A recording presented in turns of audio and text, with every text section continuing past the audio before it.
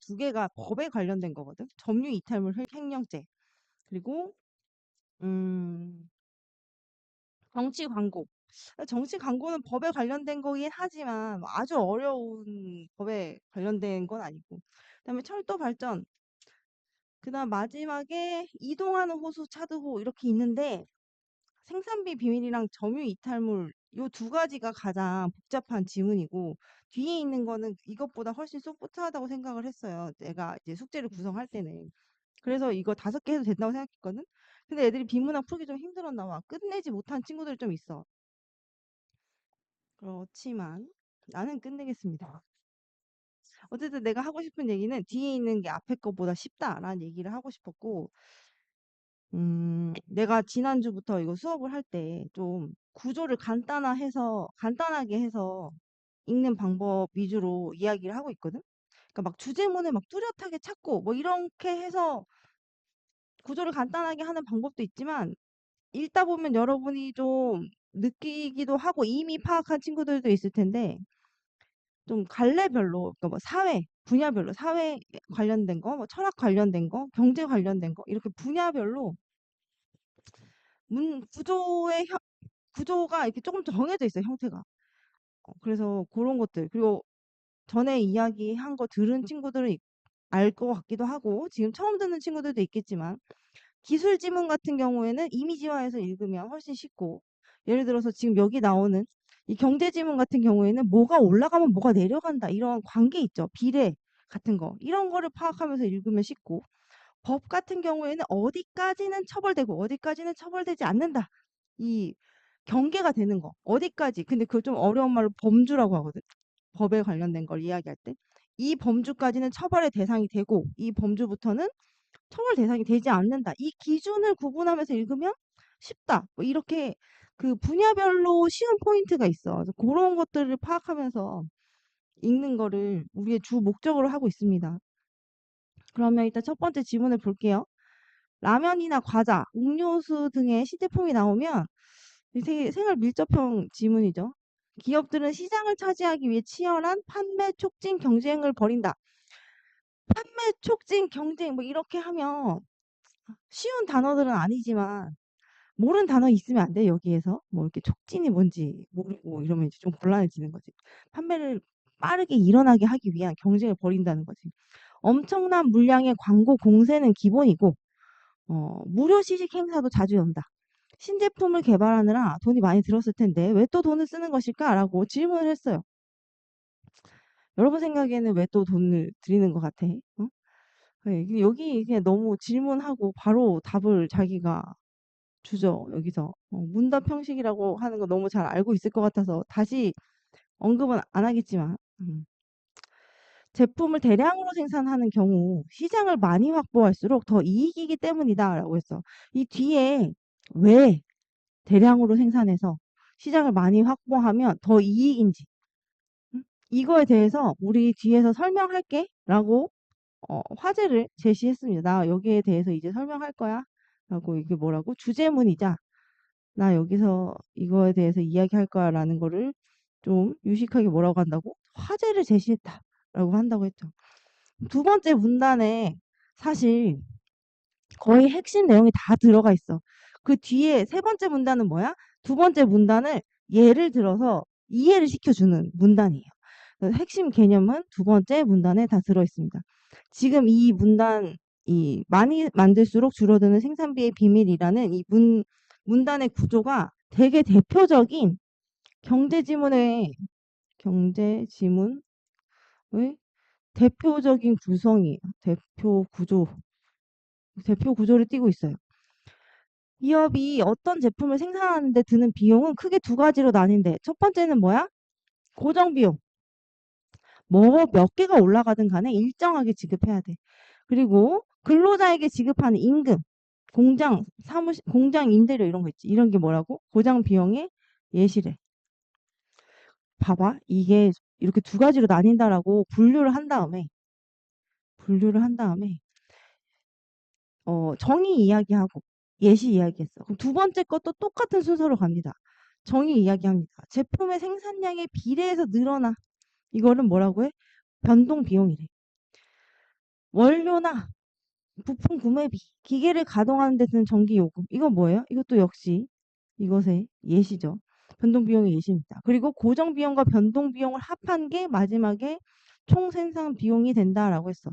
오늘 숙제한 친구 중에 되게 예쁘게 이걸 정리한 친구가 있던데 잘 했더라고요. 이게 고등학교까지 계속 또 나오고 또 나오는 내용이에요. 그러니까 지금 여기서 더 어려워지지도 않아. 그냥 이거 알아두면 사회 시간에도 풀 수 있고 국어 시간에도 풀 수 있는 그런 거예요. 고정은 뭐라고? 늘어나든지 말든지 항상 일정해. 항상 일정한. 그리고 변동 비용은 뭐라고? 변동 비용은 생산량이 늘어나. 생산량이 늘어나면 비용도 늘어나. 같이 비례해서 늘어나. 그리고 이거 두 개를 더하면 뭐가 된다고? 두 개를 더하면 이게 사실 경제 시간에 나오는 내용인데 이러고 있다. 근데 실제로 국어 시간에도 자주 나옵니다. 총생산 비용이라고 합니다. 이게 계속 고등학교 때까지 나온다. 고등 때까지. 그래서 이거를 무슨 말인지 사람이 이해를 못했을 수 있잖아. 제일 태어나서 처음 이런 말을 처음 들었어. 그래도 이해가 잘 되는 친구 있지만 못했을 수 있으니까 밑에 뭘 해준다고? 예시를 들어준다고. 다음 문단 예시야. 내가 고등학교 1학년 모의고사, 고등학교 2학년 모의고사 이런 지문들을 조금 이따가 줄 텐데 지금 수업 시간에 줄 건 아니에요. 그럼 애들이 기절하게. 나중에 여분으로 줄 텐데 거기에서 한번 비교해 봐봐. 진짜 계속 이 구조야. 제품을 많이 생산할수록 개당 생산비는 감소한대. 지금 여기서 얘기한 거랑 다른 이야기야. 그래서 이건 반비례하잖아. 그지? 100개를 만들다가 1000개를 만들면 1개를 만들 때 드는 생산비는 감소한다는 얘기를 했어. 어떤 스파게티 식당에서 식당 주인이 가게 임대료와 인건비로 한 달에 300만 원 지출한대. 이게 뭐예요, 이거? 고정 비용이잖아. 하루에 10만 원씩 고정 비용이 들어가요. 하루에 손님이 몇 명 오는지에 관계없이 나가는 돈. 이거는 그냥 무조건 나가는 돈이야. 그리고 스파게티 1인분에 만드는데 재료비와 조리비 3,000원이 든다. 이건 뭐예요? 이건 많이 오면 많이 나가는 거야. 그래서 얘는 뭐야? 이거는 변동 비용이죠. 변동 비용. 변동 비용이다라고 밑에 써 있어. 만약 하루에 한 명의 손님만 이 식당을 방문한다면 스파게티 1인분 만든 3,000원에다가 10만 더해서 10만 3천원. 이게 하루에 들어간 돈이야.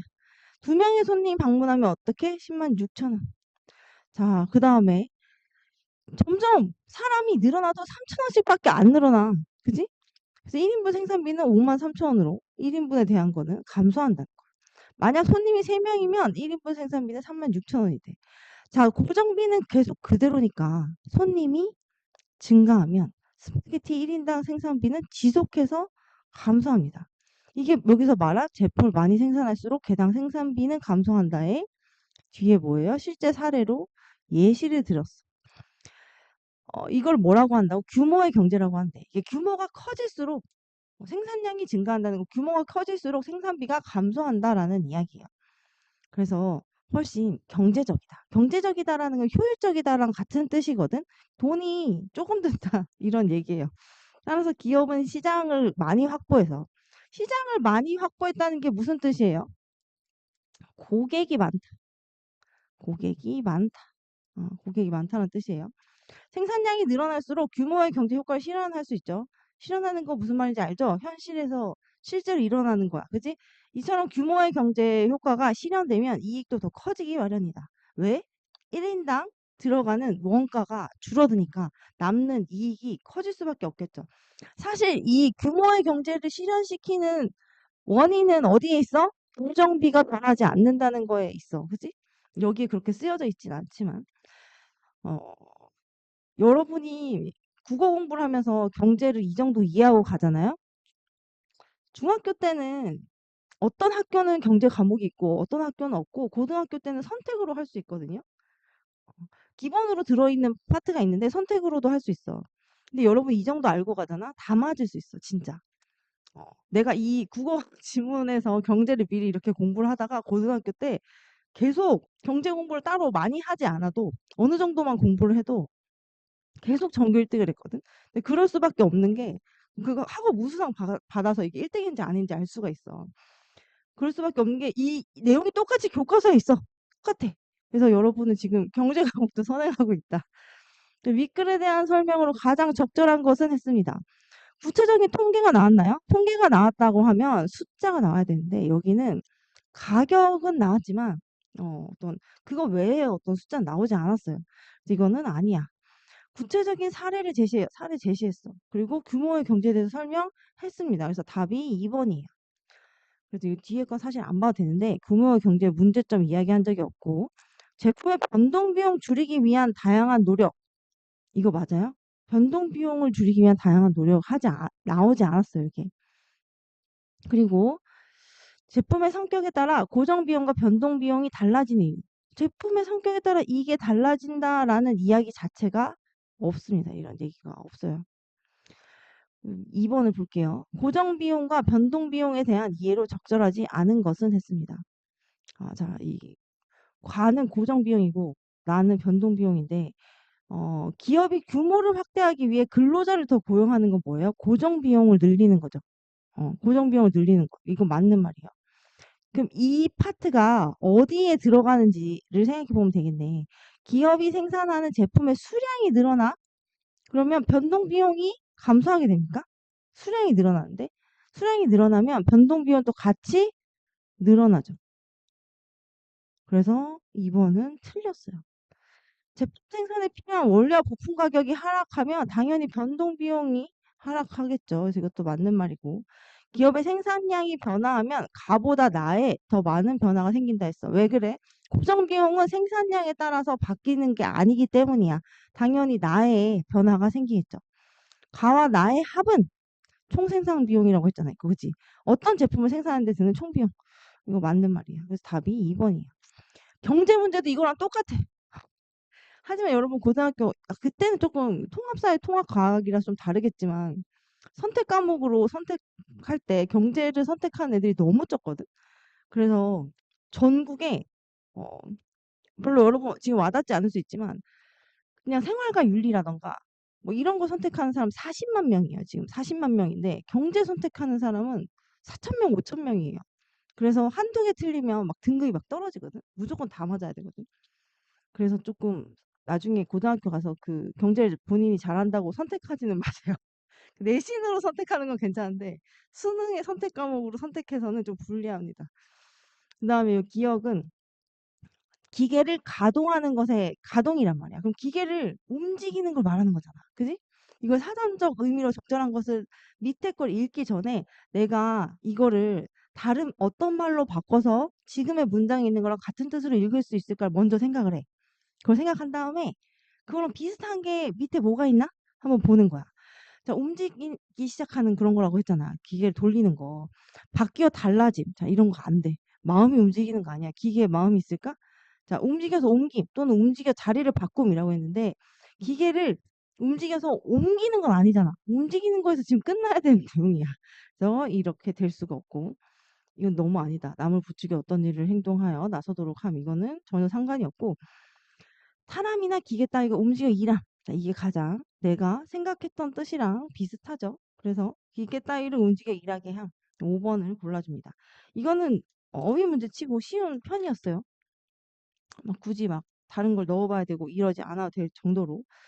그리고 내가 가끔씩 여기 뒤에 배경 지식 중에 읽어보라고 하는 게 있잖아요. 이거는 읽어보세요. 아까 말했다시피 이 부분은 또 나오고 또 나오는 파트이기 때문에 지금 공부해두면 음, 여러 가지로 편해지는 부분이어서 여기는 읽어보도록 합시다.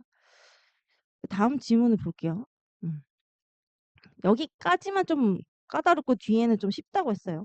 점유 이탈물 횡령죄. 여러분 여기 있는 이 이야기를 여러분도 한 번쯤 친구들하고 가족들하고 얘기를 해볼 법한 이야기예요. 길 가다 돈을 주었어. 나 어릴 때는 사실 별 생각이 없었는데 이게 100원이라고 할지라도 기쁘단 말이야. 하지만 그 액수가 10만 원, 100만 원처럼 커져. 그럼 이거 가져가도 되냐는 거야. 응?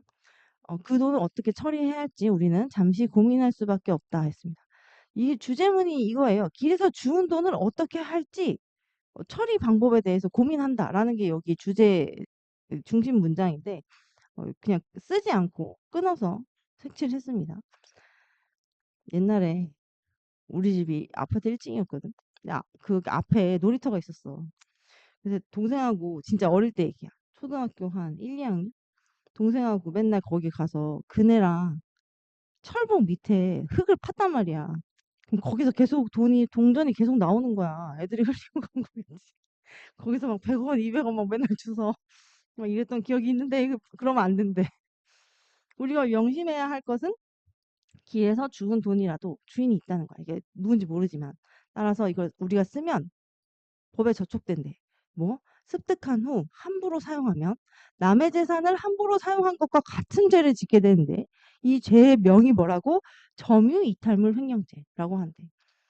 그래서 그 ATM기 같은 데서 돈 뽑으러 어른들이 자주 가잖아요. 그럼 거기 가면은 두고 간 지갑이 많이 있고 막 이렇게 돈을 뽑아놓고 안 가져가는 거 있고 막 이럴 수 있거든. 근데 그거 가져가면 바로 범죄자가 됩니다. 이때 점유이탈물 여기 나오는 요 단어 먼저 설명을 해요. 점유이탈물이란 점유자의 의사 없이 그러니까 원래 이 물건의 주인의 의사 없이 점유자의 점유를 떠났지만 이게 뭔 말이야? 주인이 두고 가려고 한 거 아닌데 깜빡하고 두고 간 거야. 이 사람이 일부러 두고 간 건 아니라는 거야. 하지만 아직 누구의 점유에도 속하지 않는 물건 이거를 점유이탈물이라고 한대. 점유이탈물의 정의예요. 예를 들어 이것도 뭔 말인지 모를까 봐 항상 이렇게 이해를 시켜주죠. 예시를 들어서 잃어버린 물건, 잘못 배달된 물건. 자, 우리 집 앞에 다른 집 음식이 배달이 됐어. 잘못 배달 온 거야. 그리고 내가 그거 먹었어. 그러면 난 점유이탈물 횡령죄가 있는 거야. 그리고 타인이 실수로 놓고 갔어. 이런 거는 점유이탈물에 해당한다라고 했어. 점유이탈물에 해당되는 것들의 예시를 들어줬고 그렇다면 길에서 돈이나 물건을 습득하면 어떻게 처리해야 할까? 자, 이 첫 번째 문단에서 나왔던 질문이 다시 나왔어. 길에서 돈이나 물건을 습득하면 가까운 경찰서나 지구대에 신고해야 한다. 자, 이게 법지문이지만 우리가 좀 더 쉽게 읽을 수 있는 이유는 뭐야? 평소에 많이 들어본 거. 그리고 접해봤을 만한 상황이어서 좀 배경 지식이 있는 내용인 거예요. 자, 만약 이를 마음대로 사용하면 이게 뭐야? 상황을 가정했습니다. 범죄를 저지르는 게 된다는 거야. 그러나 이렇게 습득한 물건을 신고할 경우 경찰서 가서 저 100만 원 주었어요. 이렇게 신고했어요. 주인이 나타나면 여러분 보상을 받을 수 있습니다. 5에서 20% 범위에서 보상금을 받을 수 있어요. 만약에 주인에게 돌려주면 하나도 보상받을 수 없다라는 선지가 있으면 틀린 말이죠. 또 6개월이 지나도 여기 6개월이라는 기간에 그 구분을 줬어요. 이게 기준이에요. 기준. 그지? 주인이 나타나지 않으면 그 물건은 내게 됩니다. 그래서 신고하는 게 좋겠죠. 그죠? 범죄를 저지르면 안 되니까. 그리고 나한테도 득이 있어요. 자, 요런 기준이나 어떻게 되는지 이걸 알아두는 게 뭐예요? 범주를 알아둔다라고 내가 아까 표현한 어디까지가 죄이고 어떻게 하면 어떤 보상을 받는지 그 기준이 되는 거를 알아두는 게 법지문에서 범주를 알아둔다라는 내용이에요. 자, 여기서도 또 뭘 합니까? 상황을 가정해서 예시를 들어줍니다. 예시를 왜 든다고 했죠? 이해를 도와주기 위해서, 이해를 돕기 위해서. 내가 이거를 왜 이렇게 정의하고 뭐 예시를 들고 이런 걸 설명을 하냐면 이게 지금 너네는 시험이 아니라서 시간에 쫓기는 그 느낌을 좀 많이 모를 수 있거든. 그런데 시간에 쫓기면 만약에 내가 정의를 정확하게 이해했어. 시간이 없어. 그러면 예시를 읽어야 될까? 이해를 했는데 안 읽어도 된다는 거야. 이거 이해시키기 위해서 예시한 건데 시간이 없는 내가 그걸 뭐하러 읽어. 뛰어넘어도 돼요. 근데 만약에 내가 정의를 읽었는데 무슨 말인지 모르겠어. 그럼 이걸 계속 다시 읽어서 이해해야 될까? 아니야. 이건 그냥 넘어가고 뒤에 예시를 보면서 이 말을 내가 이해하면 돼. 이걸 여기 머물러 있으면 안 된다는 소리야. 그렇게 글의 구조가 어떻게 구성되어 있는지 알면은 내가 지금 이걸 읽으면서 이해했는지 안 했는지 판단하면서 빠르게 넘어갈 건지 이제 뒤에 건너뛸 건지 이해 못해도 괜찮다. 하고 넘어가고 뒤에 가서 이해할 수 있다. 이렇게 안심하고 읽고 문제를 풀 수 있거든. 근데 그게 안 되면 읽으면서 쓸데없는데 시간을 들이고 답은 못 찾는 일이 벌어져요. 지금 이게 막 와닿지 않을 수 있지만 시험 보면서 나중에 아, 선생님 말이 맞다. 이런 생각이 들 거예요. 자, 이 실내화를 운동화로 갈아 신다가 다른 사람 운동화 신었어? 그럼 어떻게 해야 돼? 내 거랑 너무 비슷해서 내 건 줄 알았던 거야. 그런데 얘가 좀 더 예뻐. 마음에 들어. 그래서 그냥 계속 신고 다녀. 그럼 어떻게 돼요? 이건 상식적으로 이 학생은 나쁜 행동을 한 것이다. 그리고 상식으로도 나쁜 행동이고 법도 마찬가지래. 법에서도 범죄야. 실수로 운동화를 바꿔 신고 알아차리지 못한 경우라면 아, 이게 좀 예외예요. 알아차리지 못했어. 그러면 죄를 물을 수가 없대요. 그거 만약에 내가 알았는데 계속 신고 다니면 어떻게? 점유이탈물 횡령죄가 성립이 된다는 거야. 그래서 법적 처벌을 받을 수 있대. 여기에서는 기준이 되는 게 뭐야? 처벌이 되고 안 되고에 얘가 알았는지 몰랐는지 얘가 알아차리지 못하고 계속 신고 다녔으면 사실 이거는 죄가 되진 않아요. 몰랐다 이러면. 네, 이러한 사실을 통해 알 수 있는 건 언뜻 보기에 되게 사소한 일이에요. 그래도 이 법은 행동의 원칙이 정해져 있다는 거야. 이러한 원칙은 복잡하고 어려운 것이 아니라 일반적인 상식을 규칙처럼 정해놓은 것이며 그렇게 법은 꼭 지켜야 하는 원칙이 된다라고 했어요. 되게 쉬운 법 지문이에요. 법 지문 중에서는 많은 한자어가 나오지 않았고 우리가 잘 알고 있는 상식선의 내용이 나왔어요. 좀 다른 법 지문들을 쉽게 보기 위해서 좀 오래 머물렀고 윗글에 대한 설명으로 적절하지 않은 것은 했습니다. 중요한 용어의 개념 어떤 거 설명했어요? 예를 들자면 점유 이탈물 이런 거 설명했잖아요. 특정 대상의 장점과 단점을 제시하고 있다라고 했는데 일단 점유 이탈물 횡령죄라는 거는 특정 대상이라고도 애매하기도 하지만 그거의 어떤 장점과 단점이라고 말할 만한 것도 이야기하지 않았죠. 자, 묻고 답하는 방식 어디에 나와요? 질문하고 다시 자기가 대답하고 하는 거. 요 아까 전에 여기 어디에 나왔었나요? 문답하는 형식. 여기 어떻게 해야 될까라고 물어본 다음에 답하는 거 어디 있어요? 어디 있습니까, 여러분? 몇 문단에 있어요? 채팅창에 쳐봐요. 몇 문단에 있습니까? 내가 왜 물어보는지 알아? 지금 안 듣고 졸고 있는 애가 있을까봐 걱정이 되기 시작했어. 너무 티나게 있는데요? 여기 어떻게 처리해야 할까? 3문단에 있지 않습니까? 오, 맞아요. 오, 맞아. 3문단에 있어. 잘했어. 여러분, 이런 게 고3 때까지 나온다고. 이게 뭐가 어렵냐고. 진짜 구체적인 사례, 예시 계속 나왔고. 한 번쯤 겪어보았을 법한 일 언급한 거. 어디야? 1문단이잖아, 이거. 1문단. 그지? 잘했어, 다들. 3문단. 자, 윗글을 읽고 보기에 대해 이해한 내용을 적절하지 않은 것은, 자, 강가에서 자전거를 타다가 누가 가방 두고 간 거 발견했어. 와, 여기 상당한 금액의 현금이 들어있었대. 이거 어떻게 처리해야 할까? 여기 있는 예시랑 똑같은 거죠? 근데 여기 5번은 왜 틀렸어? 5번 왜 틀린지 아는 사람? A씨가 작은 가방 속에 돈을 경찰에 신고했는데 며칠 후 경찰서에 돈의 주인이 나타났다면 아무런 보상도 받을 수 없습니까? 5에서 20%의 5에서 20%의 보상을 받을 수 있다라고 했어요. 여러분 이런 거는 아까 읽으면서 맞아 로아야 맞았어. 이런 거는 읽으면서 우리 그런 거 상상하잖아. 이거 100만 원이면 한 20만 원까지 받을 수 있겠네 최대. 이런 걸 한 번씩 상상하면서 읽는 거 되게 중요해. 그래야 돌아가서 확인하지 않아도 맞아. 보상금 받을 수 있어. 확인하지 않아도 맞출 수 있거든. 그래서 좀 이렇게 상상을 하면서 읽어본다라고 얘기를 해봅니다. 뒤에 있는 부분은 별로 어렵지 않고 여기 배경 지식에 있는 것도 본문에 있는 내용이랑 비슷한 내용이에요. 그래서 이거는 굳이 다시 읽어보진 않아도 될 것 같아요. 만약에 시간 내서 읽어본다라고 한다면 그 다음에 정치 광고 유권자를 설득하다 볼 건데요. 최근에 우리가 선거 홍보물 이런 거 많이 봤죠. 그래서 좀 생활에 밀접하게 와닿을 수 있는 내용이에요. 여러분 그 선거 홍보물 찍거나 훼손하거나 하면 법에 되는 거 알죠? 잡혀갑니다. 벌금을 내거나. 지금 여기는 그런 내용은 아니에요. 오늘날 선거에서는 후보들이 다양한 전략에 따라서 선거 캠페인을 벌인다. 이 중 정치 광고는, 자, 정치 광고의 뜻을 설명하는데, 선거 기간에 대중매체를 통해 유권자에게 직접 메시지를 제공하는 방법이다.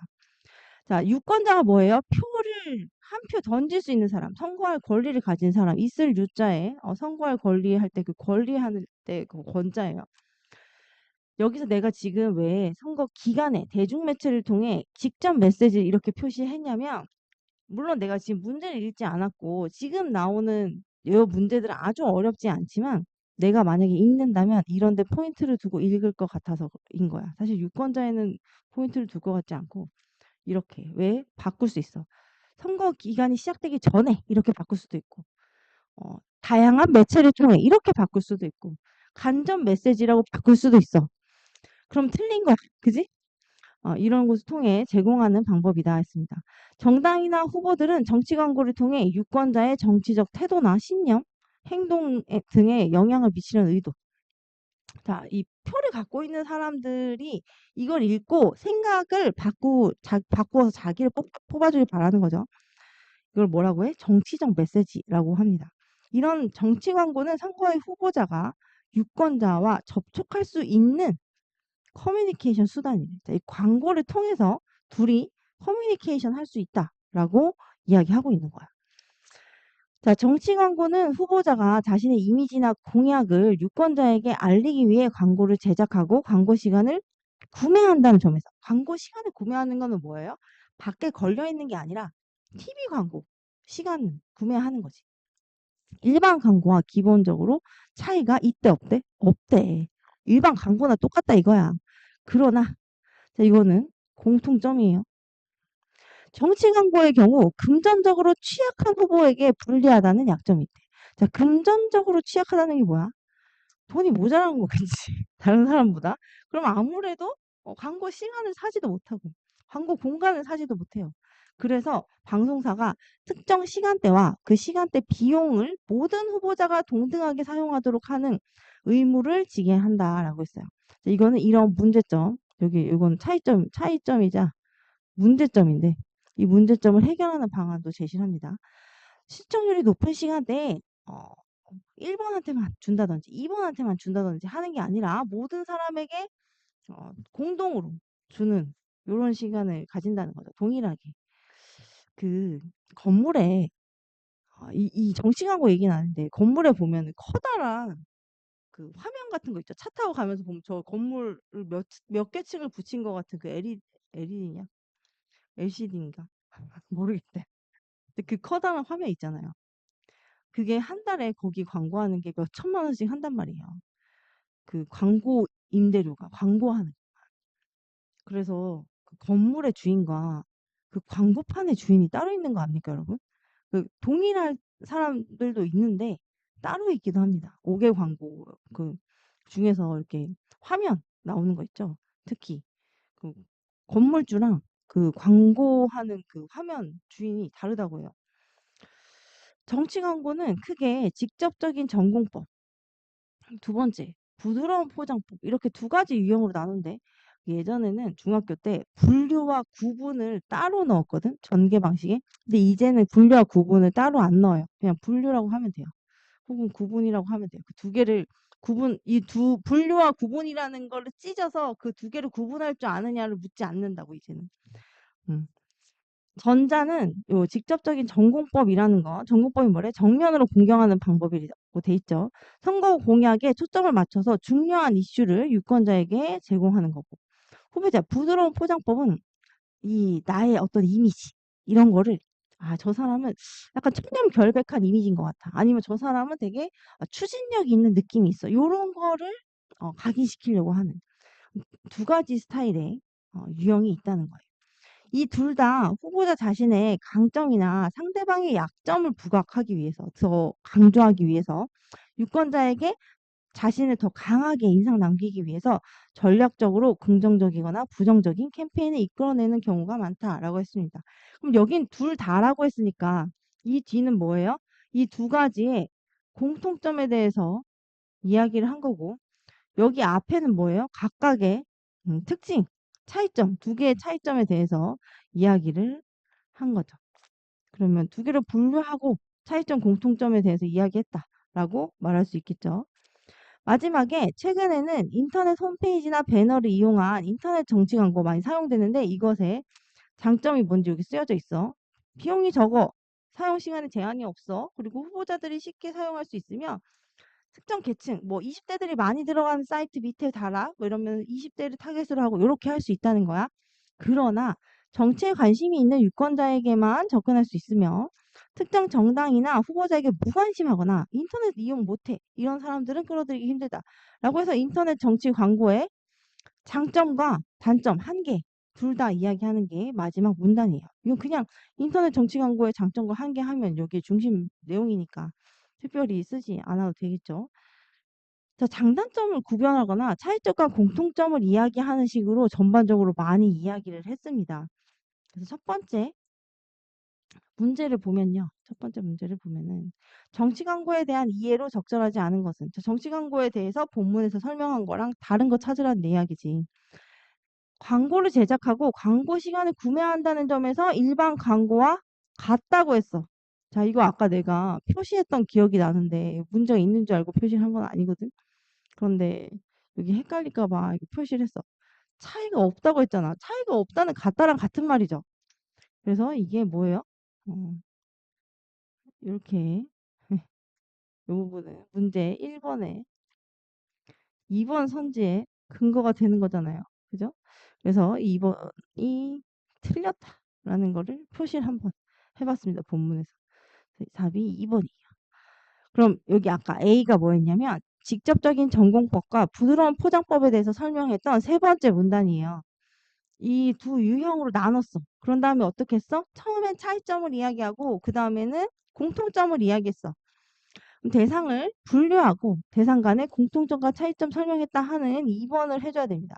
그럼 이거는 이제 틀리면 안 돼.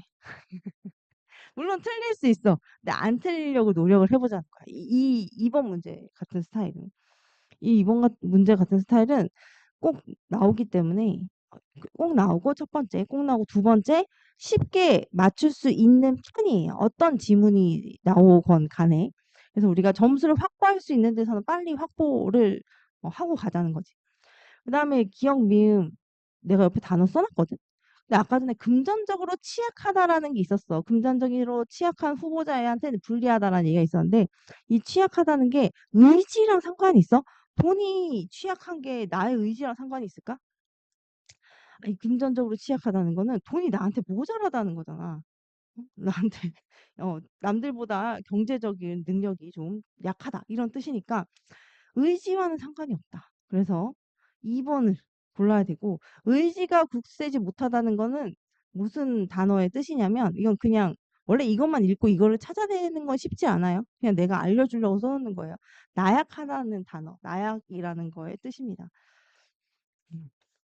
이거는 헷갈리면 이런 내용인지 한번 넣어서 읽어보는 수밖에 없어요. 그리고 뒤에 있는 이 정치 광고에 대한 배경 지식도 이거는 그렇게 다시 읽어봐야 될 정도로 되게 중요하진 않아요. 여기 있는 어휘만 다시 한번 풀어보고 가면 좋겠고 여기 밑에 있는 여기 시청률과 시청률에 대한 팁 있잖아. 나는 이걸 오히려 한번 읽어보고 갔으면 좋겠어. 이거 중학교 때는 사실 잘 배우지 않아요. 고등학교 때 배우는 문법에 나오는 국어 문법에 나오는 거거든. 고등학교 때는 띄어쓰기랑 외래어 쓰는 법 그리고 방금 이것처럼 그 맞춤법에 관련된 문법도 배우거든. 근데 너무 외울 게 많아. 그래서 그냥 이거 좀 알아놓고 가자면 모음이나 니은 받침 뒤에는 열률 이응으로 쓰거든. 근데 이건 뭐야? 모음이나 니은 받침이 아니잖아. 그러니까 리을로 쓴 게 맞다는 거야. 그래서 이거 그냥 한번 요건 한번 봐주고 가세요. 넘어가지 말고. 음. 고등학교 문법에 나와요. 고등학교 이번에 며칠 전에 전국 모의고사를 봤단 말이야. 평가원이네. 문법이 엄청 어려웠어요. 3학년 문법이 엄청 어려웠어. 물론 그래도 다 맞은 애들이 있지만 문법이 되게 까다롭고 평소에 문제로 잘 안 나오던 것까지 나왔어. 되게 세세한 부분까지. 그다음에 철도의 발전과 도시의 흥망성쇠를 볼게요. 굉장히 심플한 형태의 문단입니다. 이거 내가 여기서 아까 요 앞에 거부터 정치 광고부터 조금 쉽다고 했는데 제목에 모든 게 거의 다 들어가 있어요. 조선 후기에 상업이 발달하면서 배가 하천을 따라 내륙 깊숙이 들어올 수 있었던 곳에서 그러니까 배가 들어올 수 있는 곳에서 발달했다는 거야, 도시가. 근데 이처럼 한때 번화한 상업의 중심지였던 곳들이 지금 소도시가 된 까닭은 무엇일까? 자, 여기도 질문을 하고 또 답을 했어요. 내가 이거 별거 아닌 것 같지만 계속 쓰는 이유를 아까 봤다시피 전개 방식에 대한 거를 꼭 파악하고 가야 되기 때문에 쓰는 거예요. 철도가 처음 등장한 것은 언제? 산업혁명 시기래. 여러분 산업혁명 어디에서 가장 먼저 일어났어요? 상식이잖아. 그지? 영국에서 가장 먼저 일어났죠. 산업혁명으로 기계를 이용한 대량 생산이 시작되었는데 공장에 필요한 기계나 원료들은 매우 무거웠기 때문에 마차로 옮기려고 했는데 이게 마차가 얘를 갖고 가기가 너무 힘든 거야. 그래서 이 바퀴가 빠지지 않도록 레일을 깔아요. 그래서 그 위로 마차가 달리도록 길을 만들었는데 이게 철도가 되었다는 거야. 철도의 등장으로 교통이 편리해지면서 더 많은 원료와 제품의 수송이 이루어지고 수송이 뭐야? 싣고 왔다 갔다 하는 거 말하는 거잖아. 그 결과 산업은 비약적으로 발전했다. 그래서 철도가 발달해서 산업도 크게 발전했다라는 이야기예요. 요약을 하자면. 자, 이거는 뭐예요? 철도가 나오게 된 과정까지 설명을 같이 했습니다. 음, 우리나라의 최초의 철도는 경인선이래. 여러분, 이거는 진지하게 읽을 것이 있습니까? 그냥 어떤 거를 만들었는지 순서대로 쭉 이야기했는데 만약에 이걸 외우려고 넘어가려고 한다. 외우고 넘어가려고 한다. 읽으면서 막 머릿속에 기억해 놓으려고. 그럴 필요가 없는 내용이에요. 막 굳이 기억한다면 이렇게 기억할 수 있겠지. 뭐 서울하고 부산이라서 서울 경자에 부산에서 경부선이고. 뭐 이렇게 할 수는 있겠지만 굳이 이렇게도 안 해도 돼. 서울하고 신해주라서 경의선이고. 뭐. 자, 이렇게까지도 안 해도 된다. 이거 왜냐면 그냥 제일 처음에 뭘 만들었고 요 정도만 기억해 놓고 요 정도만 기억해 놓고 나머지는 필요하면 와서 찾는다 생각으로 넘어갑니다. 철도가 비용 절감을 위해서 어떻게 만들었어? 직선으로 설치했대. 그러다 보니까 철도가 지나가지 않는 원래 배가 들어와서 생겼던 그런 상업 도시들 이런 데는 쇠퇴했어. 그리고 철도가 지나가는 곳을 중심으로 새로운 도시나 신시가지가 형성이 됐고 대표적인 예시예요. 대전이다라고 했어. 대전은 원래 조금 했는데 경부선, 호남선 다 지나가. 그러면 아무래도 사람이 많이 모이겠죠. 지금은 성심당밖에 생각이 안 나지만 어, 지금은 인구 100만이 넘는 대도시가 되었다라고 하는 거야. 기존의 중심지 대신 새로운 중심지가 된 곳에는 신자를 넣어서 이전의 중심지와 구별했다라고 했어. 의주와 신의주 이렇게 구분한 게 이런 경우이다라고 이것도 예시를 들어줬어요. 위세를 떨치던 철도. 위세를 떨치던 무슨 말이야? 철도가 되게 세력이 있었다라고 할 수 있겠죠. 위치가 높고 세력이 있었다. 자동차가 도입되면서 굳이 철도를 안 타도 돼. 자동차가 가는 곳곳으로 더 많이 퍼져나갈 수 있으니까 한때 쇠퇴의 길을 걸었습니다. 그러나라고 했어. 그럼 현재까지도 쇠퇴의 길을 걷고 있다라고 하면 맞는 말일까요? 아니에요. 고속철도, 뭐 SRT, KTX 이런 애들이 도입되면서 차보다 훨씬 빨라요. 부산까지 가는데 막 2시간, 2시간 반이면 가요. 그래서 이 철도를 이용하는 사람들이 점점 많아져. 또 그거 타고 출퇴근도 하죠. 또한 운송 시 석유나 석탄을 이용하던 과거와 달리 현재 전기를 이용하면서 철도 더 빠르고 안전하며 환경에도 도움이 돼. 그래서 도시의 흥망성쇠를 좌우하던 철도의 전성시대가 다시 올 수 있을까? 이렇게 앞으로 전망에 대한 의문을 던지면서 마무리 지었습니다. 전망을 확신하고 끝내진 않았어. 그지? 앞으로 이럴 것이다 하진 않았어. 그리고 문제를 보면 윗글의 내용과 일치하지 않는 것은 했습니다. 우리나라 철도가 신시가지 개발을 위해 직선으로 설치됐습니까? 자, 이거는 뭐예요? 원인과 결과가 바뀌었어요. 이런 형태의 오답은 자주 나오죠. 직선으로 설치되다 보니까 신시가지가 개발이 되었다고 했어. 여기 있는 단어들이 다 쓰였다고 해서 맞는 문장이 아니죠. 그래서 이 내용이 반대로 이어져 있습니다. 이런 거 같은 경우에는 여러분이 그냥 내 생각에 안 틀렸을 것 같은데, 아, 오답을 이렇게 만드는구나 라고 이 오답 만드는 스타일을 기억을 해 놓으세요. 그 다음번에 읽으면서도 조금 주의를 할 수도 있고, 또 답을 찾을 때도 덜 속을 수 있어요. 2번은 윗글과 보기를 읽고 추론한 내용. 자, 본문에 있는 근거와 보기에 있는 내용을 근거로 해서 결론 지을 수 있는 걸로 올바른 거라고 했습니다.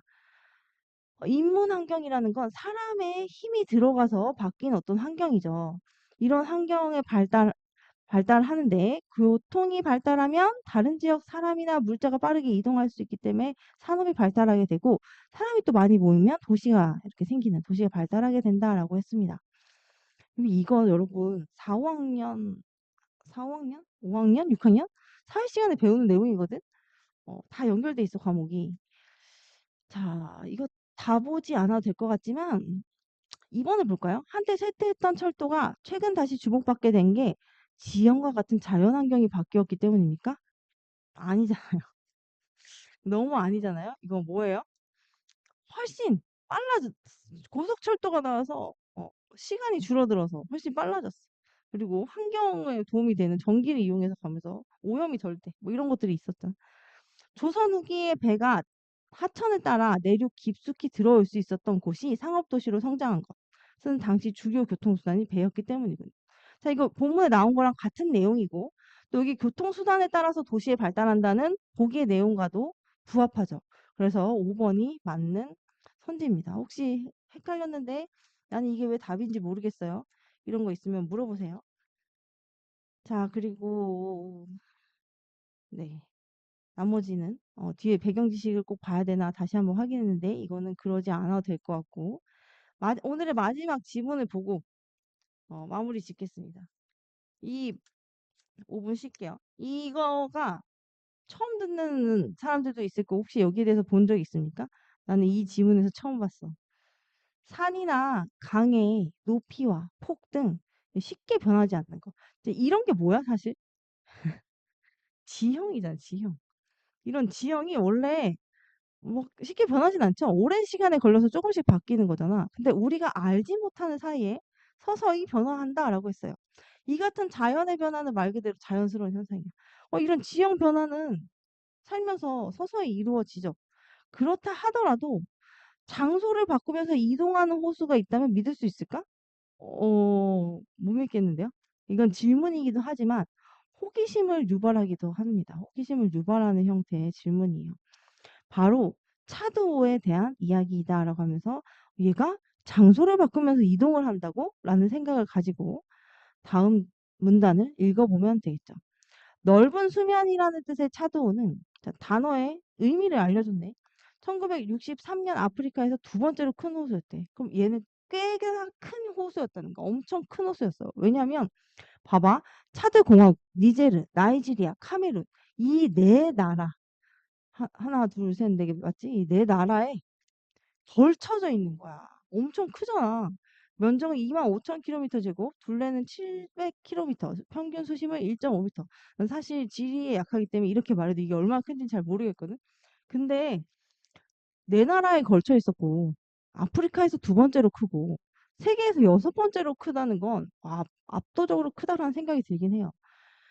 그런데 얘가 1970년대 이후로 면적이 급격히 줄었대. 왜 그랬을까? 근데 이 면적이 주니까 마치 얘가 이동하면서 돌아다니는 것처럼 보였나 봐. 그래서 이게 다른 곳으로 점점 이동하는 것처럼 보였대. 현재는 호수 면적이 얼마나 줄었어? 10분의 1로 줄었어. 그럼 2,500만 킬로미터겠네. 그지? 차드 공화국에만, 한 나라에만 호수가 존재하고 있네요. 자, 그렇다면 왜? 이유가 뭘까? 요렇게 이제 이거는 결과야, 결과. 원래 어땠고 나중에 어떻다라는 이 결과인데, 지금 여기는 이유를 설명하겠다는 거야. 인구 급증과 기후 변화가 가장 큰 원인이라고 했습니다. 사람이 많이 늘어나고 기후가 변한 게. 음. 인구가 늘어나면서 생활과 농업 활동이 필요한 물의 수요가 증가해서 많이 쓴 거야. 그리고 반면에 심한 가뭄과 강수량으로 다시 채워져야 되는데 채워지지도 못했어. 자, 많이 썼는데 채워지지도 못했어. 이 첫 번째 이유, 이건 두 번째 이유예요. 이 까닭이 이렇게 두 가지로 쓰여져 있습니다. 그럼 이 A 파트는 차도가 물이 급격하게 줄어들 수밖에 없었던 두 가지 이유에 대해서 설명한 문단이라고 할 수가 있겠죠. 그다음 본래 차도는 수많은 동식물의 터전이었대. 자, 동물과 식물이 엄청 많이 살았다는 거야. 보통 이런 걸 뭐라고 해? 생태계 보고 막 이렇게 비유하죠. 그래서 물이 빠지면서 당연히 걔네가 못 살겠지. 그래서 어, 새들도 없어지고 물고기도 없어지고 이걸 다 이 뭐 나무나 목초지도 줄어들고 이거 전부 다 묶어서 생태계가 파괴되었다라고 할 수 있죠. 급기야 차도의 생활 기반을 두고 사는 사람들 또 생계를 위협받아. 뭐 물도 끌어쓰기 힘들고 생계를 위협받고 있다라고 했습니다. 차도가 완전히 사라지게 되면 인근 주민들의 생태적 재앙을 입을 수 있다. 그러니까 이 모든 것들을 피해를 온전히 입을 수 있다는 거예요. 주민들이. 그래서 주변 여기 4개국 여기 나왔었지. 이 4개국들은 공동으로 같이 힘을 합쳐서 대책 마련을 하고 있대. 기후변화와 사람들의 무분별한 물 사용으로 급격하게 줄어든 차도, 과연 차도는 다시 예전의 자리를 되찾을 수 있을까? 이 앞에 있었던 글과 비슷하게 마무리 지었거든? 앞으로 어떻게 될까? 그래서 의문을 던지면서 어, 마지막에 끝냈습니다. 약간 신문기사 느낌이야. 이런 식으로 써 있으니까. 그지? 문제를 볼게. 윗글의 내용과 일치하지 않는 것은 윗글 내용이랑 다른 거. 차도가 줄어들었어. 차도가 줄어든 게 뭐야? 물이 물이 줄어들었어. 농사지을 땅이 생겼대 대신. 그래서 주민들에게 도움이 되었습니까? 아니요. 이건 어디예요? 어디에 이 부분이 쓰여져 있나요? 어? 여기 하나, 둘, 셋, 넷, 네 번째 문단에 마지막 부분을 보면 여러분 바로 옆에 있죠. 네 번째 문단의 마지막 부분을 보면 뭐라고 돼 있어? 인근 주민들의 생계도 위협받고 있다라고 되어 있죠. 어, 같이 표시를 해볼까요? 여기 혹시 못 찾을까 봐. 수천만 명의 인근 주민들 여기 생활 기반을 두고 사는 이 사람들한테 도움이 됐습니까? 아니야. 생활하기 힘들게 만들었다고 했어요. 그래서 1번에 5의 근거예요. 5번이 틀렸다 하는 근거가 이 부분이 됩니다. 이 사람들이 농사지을 땅이 생겨서 좋은 게 아니야. 이거 무슨 상상이죠? 물이 줄어들어서 간척지처럼 땅이 늘어가지고 좋았을까? 근데 농사를 지으려고 해도 물이 있어야 되잖아요. 다음에 2번 A와 보기에 공통으로 사용된 설명 방법이라고 있어. A가 어떻게 했다고? 내가 여기 표시해놨는데 자 여기 원인과 이유가 무엇이냐 해서 원인이 뭔지 설명을 했다. 이게 가장 큰 이 A 문단의 설명 방식이죠. 그러면 여기에 결과 원인으로 구성되어 있잖아. 여기도 대충 읽었거든 사실. 굉장히 빠르게 읽었어. 근데 이 내용이 중요한 게 아니야. 설명 방법만 알면 되잖아. 원인 그리고 그 결과 어떻게 됐는지. 원인과 결과 이야기하는 거 뭐라고 했죠? 인과라고 한다고 했죠. 한 글자씩 따서 인과의 방식으로 설명을 한 겁니다. 아이고. 하나의 기준에 따라 나누어 분류하거나 구분했으니까 아니고 결과를 가지고 원인을 구체적으로 설명했다. 자, 이게 인과에 대한 설명이죠. 그래서 답이 2번이고 여러 대상들의 견주어, 자, 여러 개 서로 막 비교 대조해서 차이점 중심으로 설명하는 거 아니죠. 그리고 구성 요소별로 나눈 거 이건 뭐예요? 분석한 거예요. 분석도 아니에요. 그리고 생소한 개념을 친숙한 대상에 빗대는 거 뭐예요? 유추하는 거죠. 자, 유추, 분석, 분류, 이거는 뭐 대조 다 아니에요. 대조 이상하게 썼다. 그래서 이거는 답이 2번밖에 될 수가 없다라고 설명하고 이 비문학을 마무리 짓겠습니다. 물 부족 문제를 고민해야 될까? 이건 안 봐도 돼요. 네. 안 봐도 돼요. 좀 너무 극단적이지만 여러분이 잘 아는 내용이기 때문에. 네, 5분 쉰 다음에 우리 문학 할게요. 시계를 띄워주고 가겠습니다. 5분 동안 쉬시고 5분 있다가 문학을 합시다. 일단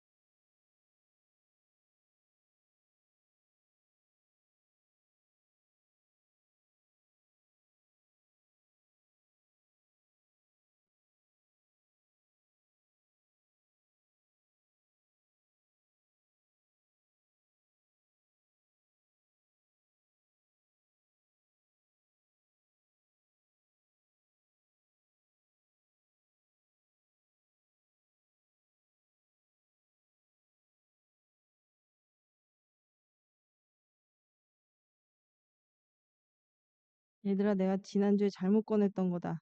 이번 주에 볼 거지. 지난주에 후포에서 막 같이 봤었는데. 자, 시의 뜻이 뭐고, 시의 형식이 어떻고, 그 다음에 시의 구성의 3요소가 요 앞에서 한 거 정리한 건데, 이거 어려울 거 없거든? 너무 당연한 것들이어야 돼, 이제는. 그래서 마음속에 떠오르는 생각이나 느낌을 운율이 있는 말과 글로, 말로 표현한 글이라고 시가 되어져 있는데, 네, 여러분 여기에서 우리가 파악해야 될 핵심을 좀 눈치를 채야 돼. 어떤 시인이 마음속에 떠오르는 생각이나 느낌을 표현해 놓은 거잖아, 짤막하게. 그러니까 우리가 상상하면서 이놈이 무슨 생각을 했고 어떤 느낌을 받았는지만 파악하면 사실 끝난 거거든? 얘가 뭔 생각으로 이걸 썼지? 어떤 느낌을 받았다는 걸 우리한테 알려주고 싶어서 이것만 파악하면 되기는 해. 근데 이게 형식적인 부분이 있어. 이게 문학이라는 과목의 특성상 시에 쓰인 말, 그리고 이게 말이 모여서 어떤 구절을 이룬다. 그리고 한 줄은 행이고, 이렇게 크게 띄운 거 한 덩어리를 뭐라고 해요? 연이라고 합니다. 그리고 운율은 뭐야? 음악적인 요소고, 심상은 마음속에 그려지는 그림, 이 사람이 뭐를 생각하면서 썼는지. 그리고 주제는 이걸 통해서 이 사람이 이 장면, 이 뭐 상황에서 무엇을 느꼈다는 걸 나한테 알려주고 싶은 건지 그것만 파악을 하면 돼.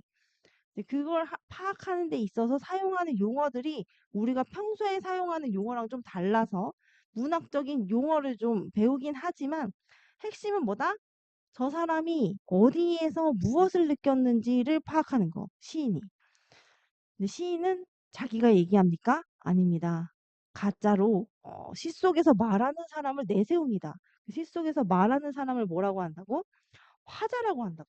근데 이 화자가 시 속에서 어떤 상황에 놓여 있어.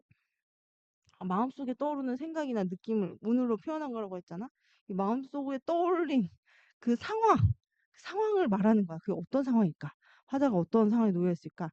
그걸 왜 파악한대? 시인이 화자가 시를 읽는 사람에게 이야기를 전달하는 건데 이 이야기를 잘 전달하려고 그냥 예를 들어서 봐봐 얘들아 어, 외로움이라는 걸 전달하고 싶어. 그래서 그냥 시의 단어를 외로움이라고 쓰는 거랑 그렇게 쓰는 거랑 내가 1년 사귄 남자친구가 있는데 헤어졌어.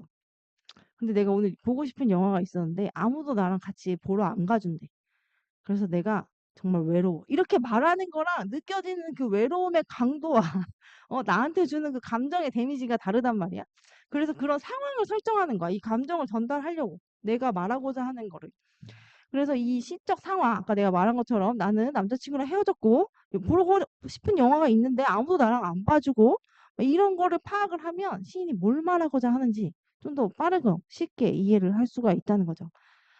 근데 이 상황을 파악하는 방법, 이 시 속에서 말하는 이가, 화자가 뭐 하고 있는지 보는 거, 그리고 얘가 뭐에 대해서 얘기하고 있는지 이런 걸 파악한대.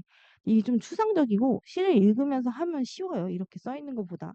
그 다음에 정서랑 태도라는 거는 이 상황 속에 어떤 마음을 느끼는지, 중심 대상한테 어떤 마음을 느끼는지, 그리고 그것에 대해서 어떤 태도를 취하는지를 말하는 거야. 이걸 파악하는 방법은 아예 대놓고 기분을 말하거나 그것에 대해서 좋게 생각하는지 나쁘게 생각하는지를 파악하거나 하는 방법이 있는데 결국에는 쓰여진 단어나 말투를 통해서 파악을 하는 거죠. 음, 네, 어렵지 않습니다. 특히 이 두 번째 거 있죠. 그 긍정적인지 부정적인지 파악하는 거. 이 정도, 이 긍정, 부정 정도만 파악할 수 있어도 고등학교 때 처음 보는 시를 만나는 문제도 대부분 풀어낼 수 있어요. 여기 후포에서를 지난주에 좀 했는데 한 번 더 볼게요. 친구가 원수보다 더 미워지는 날이 많다라고 했습니다. 동해바다 후포에서 누구 시인 신경림의 시인데 친구가 원수보다 더 미워지는 날이 많대. 여러분 그럼 친구가 지금 좋다는 얘기예요? 난 친구가 있어서 너무 행복해. 나한테는 이렇게 좋은 친구가 많아. 이런 얘기 할 것 같아? 아니야. 벌써 이 사람은 뭔가 친구한테 상처받거나 친구랑 좀 사이가 안 좋은 사람인 것 같다는 생각이 들어야 돼. 티끌만한 잘못이 맷방석만하게. 그 다음에 동산만하게. 원래 진짜 이렇게 먼지처럼 작은 거였는데 그 사람의 어떤 잘못이. 근데 그게 똑같은 건데 어느 날 방석만하게 보이고 맷방석만하게 보이고 그게 눈앞에 있는 산만해 보이고 이런 때가 있다는 거야.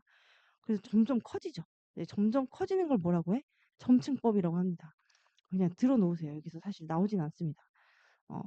근데 그래서 세상이 어지러울수록, 자, 지금 세상이 왜 편안한 게 아니야? 세상이 어지러울수록 남에게는 엄격해지고 내게는 너그러워지나 보다. 그래서 남의 잘못이 더 잘 보이는 상황인 거야, 지금. 그래서 돌처럼 자라지고 굳어지나 보다라고 했습니다. 그 뭔가 마음이 돌처럼 자라지고, 응? 굳어지는 거지, 내 마음이. 작은 거에도 잘 삐지고 막 이런 거야. 그다음에 다음 년을 볼게요. 멀리 동해 바다를 내려다보며 생각한대.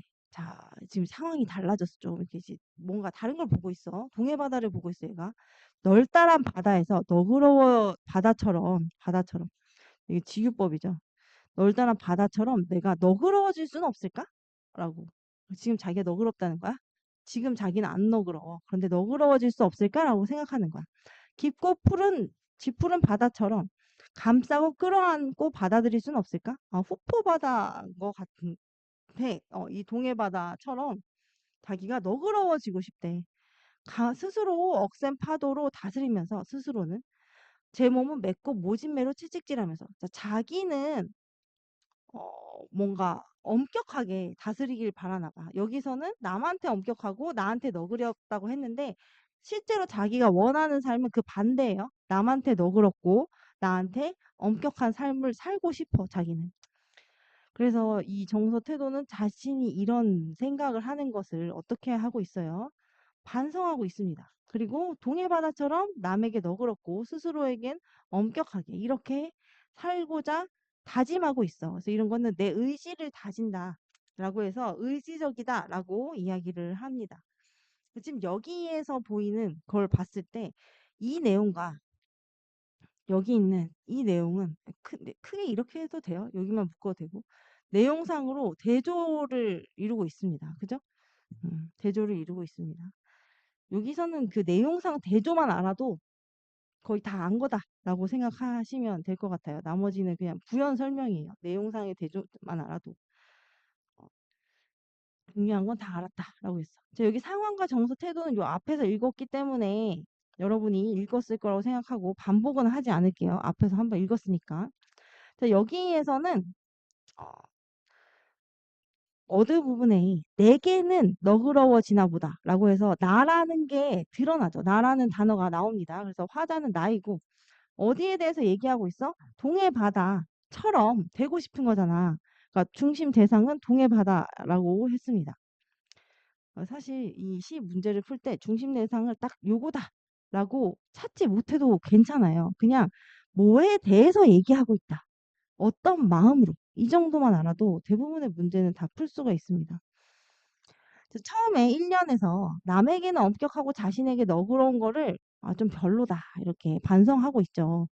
그리고 뒤쪽에 2년에서 멀리 동해 바다를 내려다보면 뭐라고 해? 너그럽고 모든 것을 받아들이는 존재가 되고 싶다. 그리고 나한테는 타인한테는 이렇고 나는 어때? 나는 엄격해야 되겠다.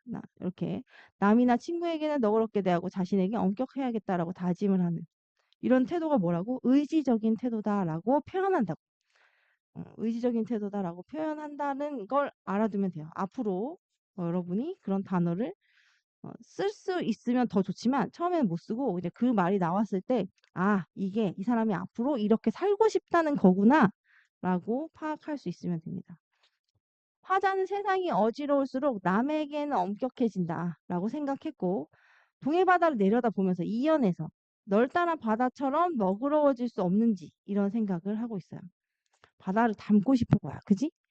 화자에 대한 설명으로 알맞은 것은 이라고 했습니다. 이게 1번은 진짜 이렇게 고르면 안 돼, 이거. 친구와 원수의 잘못이 크다고 생각하고 있다. 이거 완전 시를 잘못 읽은 거예요. 남에게는 엄격하고 자신에게 너그러운 태도를 반성하고 있다. 이게 주제와 관련된 내용이고. 동해바다처럼 자신에게 너그러운 삶을 살겠다고 다짐. 아니에요. 남에게. 그리고 자신에게 엄격해지는 것은 스스로에게 도움이 되지 않는다. 이 부분이 틀렸죠. 세상이 어지러운 것과 자기 자신을 대하는 태도는 상관없다고 생각하고 있습니까? 아닙니다. 자기 자신을 대하는 태도가 어떻게 되길 바라고 있어? 엄격해지기를. 엄격해지기를 자기는 바라고 있습니다. 세상이 어지러울 때는 자신이 더 자신에게 엄격해져야 된다라고 생각하고 있어요.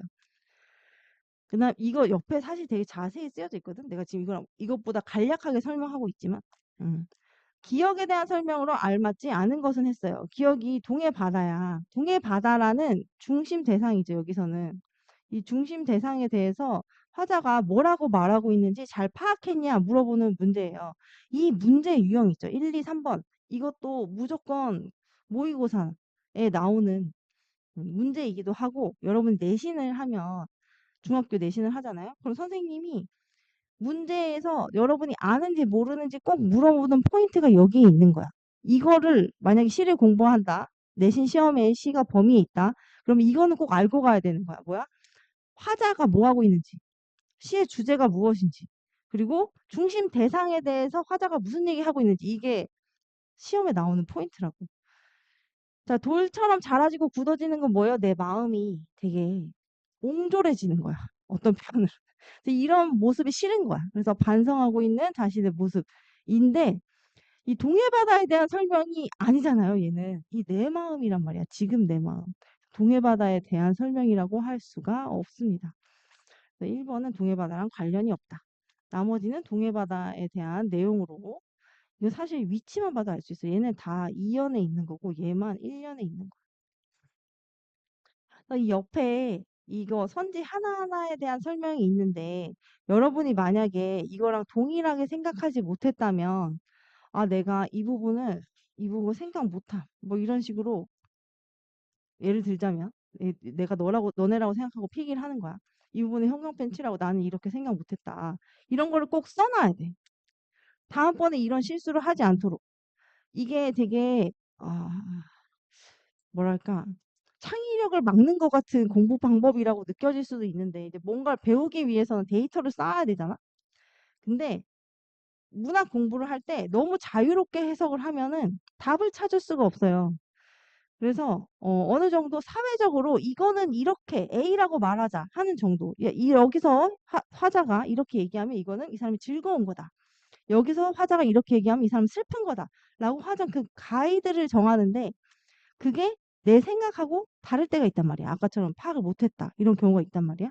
그럴 땐, 이 말이 나오면, 이 상황에 이 말이 나오면, 이거를 동해 바다를 담고 싶다라고 해석을 하는구나. 이런 걸 알아놓는 거야. 이런 사회적인 기준이랄까? 문학을 해석하는. 그걸 알아놓으면 우리가 해설지처럼 생각할 수 있게 됐을 때, 문제를 풀 때만 그렇게 생각하면 돼요.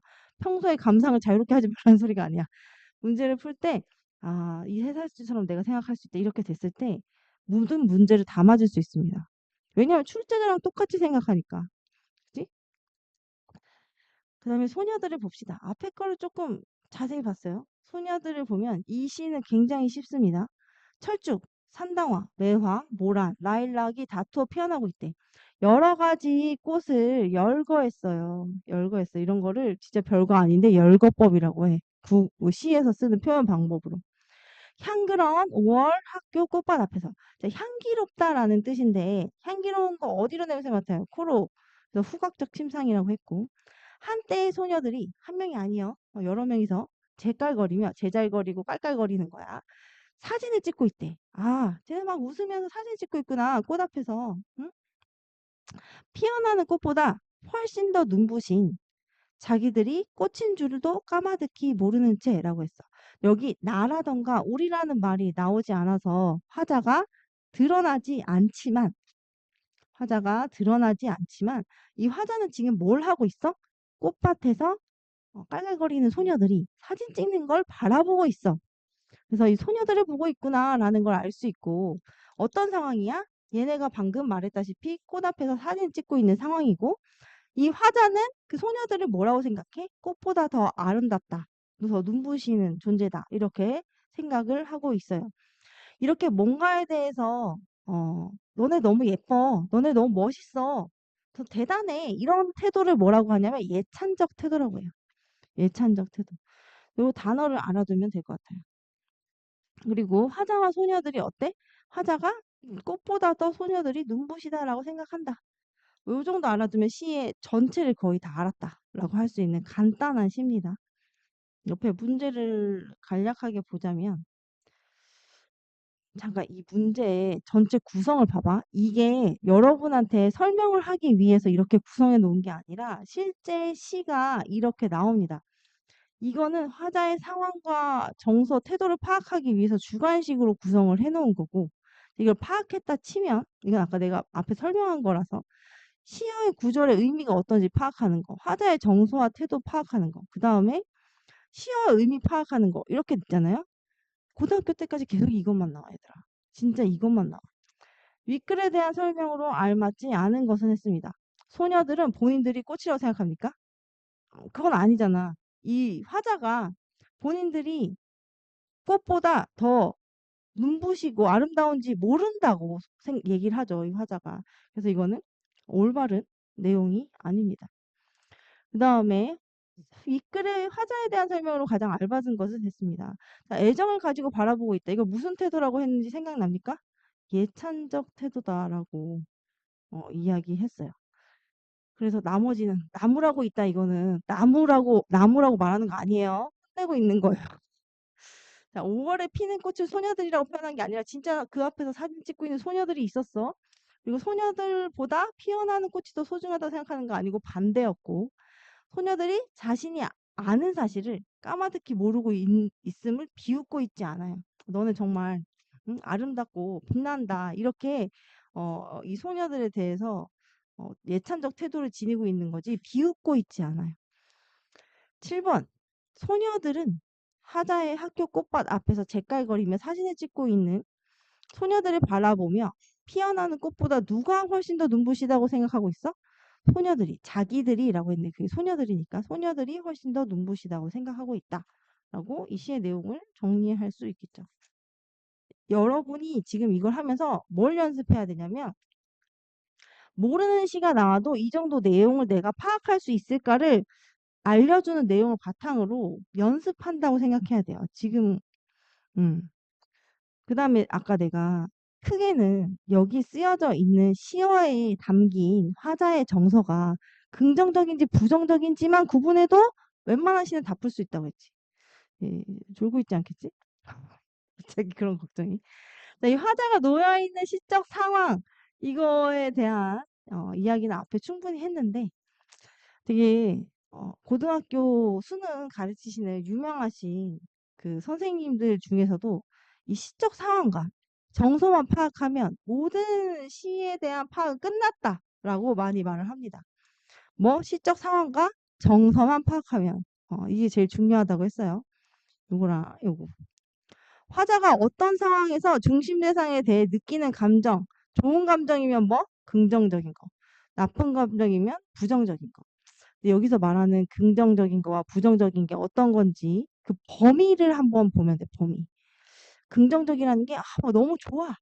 이것만 되는 게 아니라 나는 얘네가 좀 편안하다던가 아니면은 뭐 만족감이 느껴진다던가 이런 것도 전부 긍정적인 거잖아. 나쁜 게 아니잖아. 그래서 보통 이거를 쉽게 표현할 때 어떻게 하냐면 시어에 예를 들어서 이렇게 표시를 하고 플러스 표시를 해요. 긍정적인 거는. 이렇게 안 쓰고 그냥 애들이 플러스 이렇게 표시를 하고 더 눈부시다라고 하는 것 보니 피어나는 꽃보다. 네 벗이 몇인가니 수석과 성죽이라 동산에 달 오르면 이 5개의 자연물을 나의 친구라고 표현을 하면서 이 5 말고 난 더 친구가 필요 없다라고 했으니 이 5 자연물을 긍정적으로 보고 있다. 이렇게 간단하게 파악하고 넘어갈 수 있죠. 그다음에 부정적 정서는 그럼 뭐라고 표현할까? 마이너스라고 표현을 하죠. 자, 슬픔, 그리움, 한, 절망, 답답함 이런 게 있어요. 사실 여기는 없지만 뭐 좌절, 뭐 실패, 뭐 이런 것도 있어요. 울며 잡고 이별한 님, 어떤 사람이랑 임이랑 이별했어. 근데 그 임도 나를 생각하는가? 천리의 외로운 꿈만 오락가락하노라. 자, 여기 이런 거 풀 때 애들이 어떤 게 헷갈리냐면 내가 사랑하는 사람이잖아. 그럼 플러스 아니에요? 하는데 이 사람이 드러내고자 하는 감정이 뭐야? 이 사랑하는 사람과 헤어져서 슬프고 그립고 외로운 그런 마음이란 말이야. 그러면 이 시의 대표적인 정서는 슬픔과 그리움이잖아. 그럼 여기에 나오는 이 사랑하는 임은 뭐야? 나에게 이 슬픔과 그리움을 준 사람이야. 그래서 마이너스다. 부정적인 대상이다. 지금 나한테. 부정적 감정을 줬으니까. 요렇게 파악할 수 있죠. 이렇게 간단하게 긍정, 부정으로 나눠서 파악하는 방법을 한번 배워봤고 굉장히 유용합니다. 실제 문제 풀 때 써보세요. 자, 이거 상황 파악하고 이런 내용인데 이거를 볼까요? 바다로 가자. 큰 바다로 가자. 우리 이제 큰 하늘과 넓은 바다를 마음대로 가져노라 했어. 우리 3년이 걸려도 시간이 오래 걸려도 큰 배를 짓재. 큰 바다 넓은 하늘을 우리는 가져노라라고 했어. 자, 그러면 바다로 가자고 했어. 그럼 바다는 이 시인한테 일단 좋은 의미일까 나쁜 의미일까? 좋은 의미일 것 같아. 그리고 우리가 이제 큰 하늘과 넓은 바다를 마음대로 가졌대. 그럼 지금 이 사람 기분이 좋아, 안 좋아? 기분이 좋은 것 같아. 3년 오래 걸려도 큰 배를 짓자라고 했어. 그럼 이 사람이 이걸 하자고 하지. 그러면 이거는 나쁜 의미는 아닌 거야. 큰 바다 넓은 하늘을 우리는 가졌노라. 지금 앞에 거 반복이나 마찬가지이기 때문에 넘어가 보겠습니다. 그래서 여기에 대해서 이 화자가 긍정적 감정을 가지고 있다라는 건 우리가 알 수가 있어.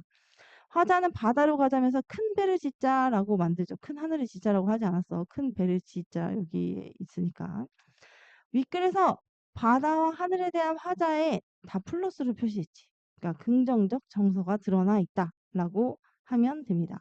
이렇게 풀어보시면 될 것 같아요. 문제 푸는 방법을 조금 간단하게 했죠. 그다음에 뒤에 가볼게요. 뒤로 갈수록 반복이기 때문에 간단하게 설명을 할 것입니다. 자, 황진이의 산은 옛산이로되 이겁니다. 옛날 산이로되 이런 말이죠.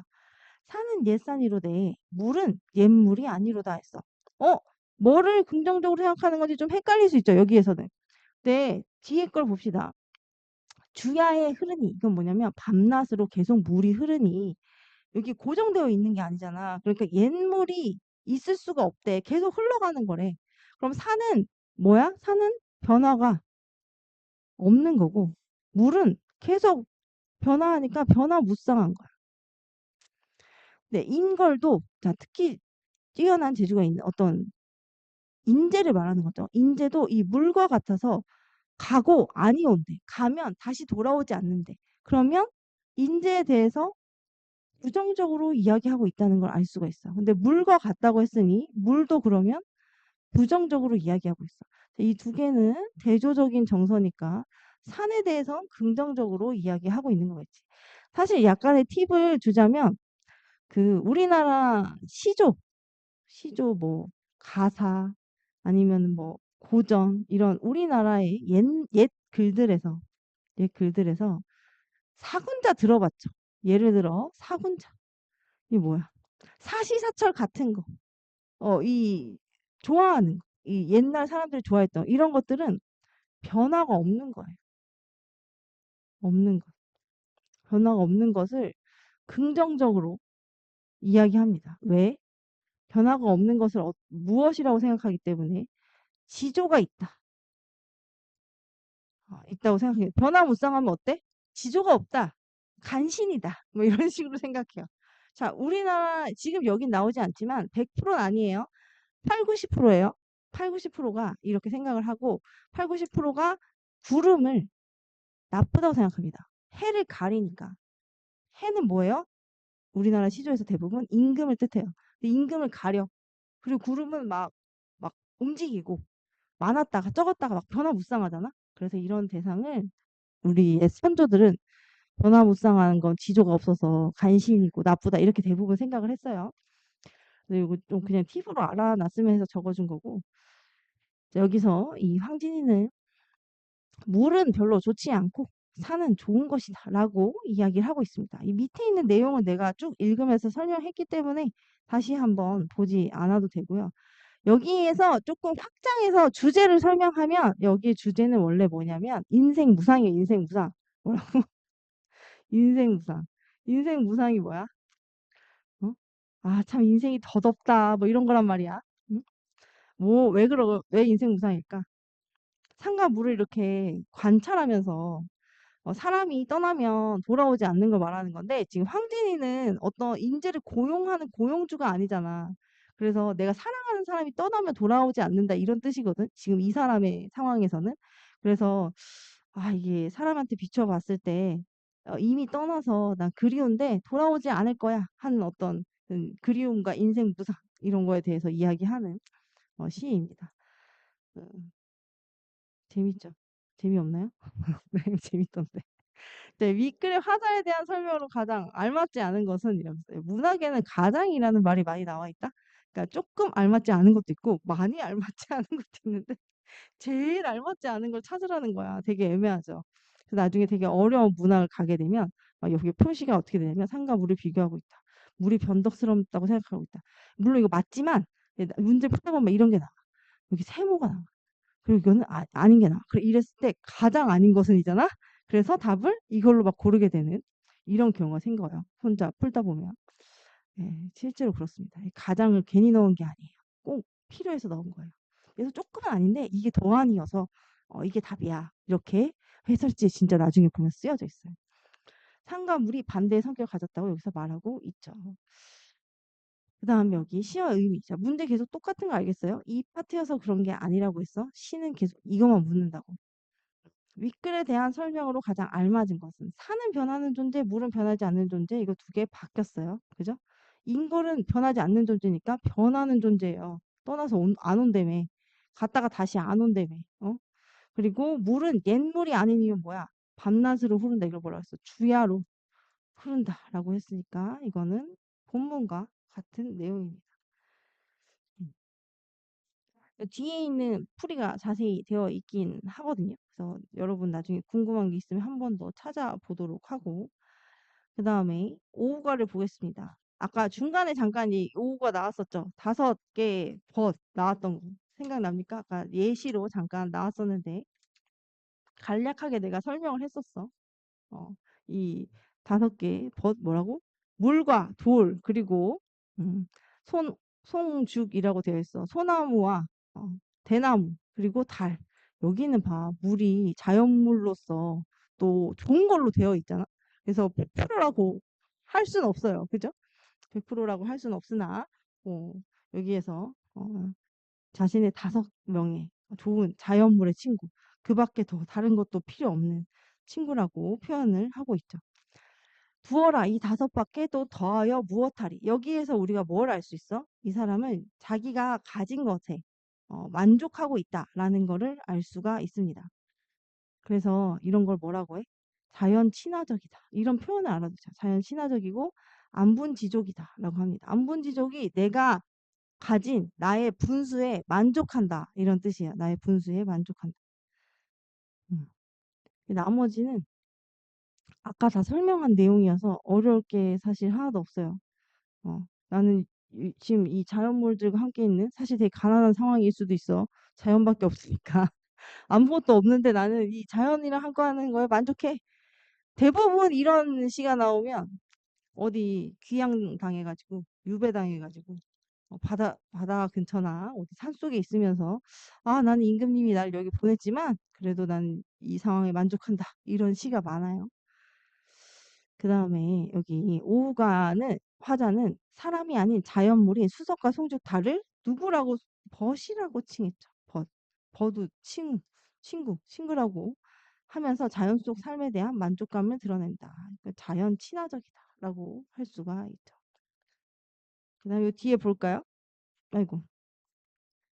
포근한 봄입니다. 포근한 봄은 앞에보다 상상하기 쉬운 내용이에요. 오규원 시인의 포근한 봄은 눈이 내린다. 봄이라서 봄비처럼 포근한 눈. 잠깐만 지금 고전시가의 주제가 나와야 되는데 왜 이게 나오죠? 잠깐 페이지를 잘못 넘어갔어요. 고전시가의 주제 이거부터 볼게요. 방금 앞에서 말한 것처럼 자연에서의 삶 그리고 대상에 대한 그리움, 임금과 나라에 대한 마음 그리고 여기 서민들의 삶과 교훈 이렇게 4가지 주제가 가장 많이 나오는데 내가 옆에 표시를 다르게 해놓은 이유가 있어. 봐봐. 얘는 별표 크게 해놨고 여기 조그만 표시를 했죠. 이게 제일 많이 나와. 그래서 커다란 별을 그린 거야. 대부분이 이거예요. 자연에서 지내는 즐거움이나 자연의 가치 이런 거에 대해서 얘기를 해요. 그래서 세상의 가치인 돈과 권력 이런 거를 뭐라고 해? 세속적인 거. 라고 표현합니다. 여기에 대해서 집착하지 않아. 난 자연이 더 좋아. 이렇게 표현하는 거고, 여기서 말하는 게 안분지족, 어, 단표누항, 뭐 이런 거입니다.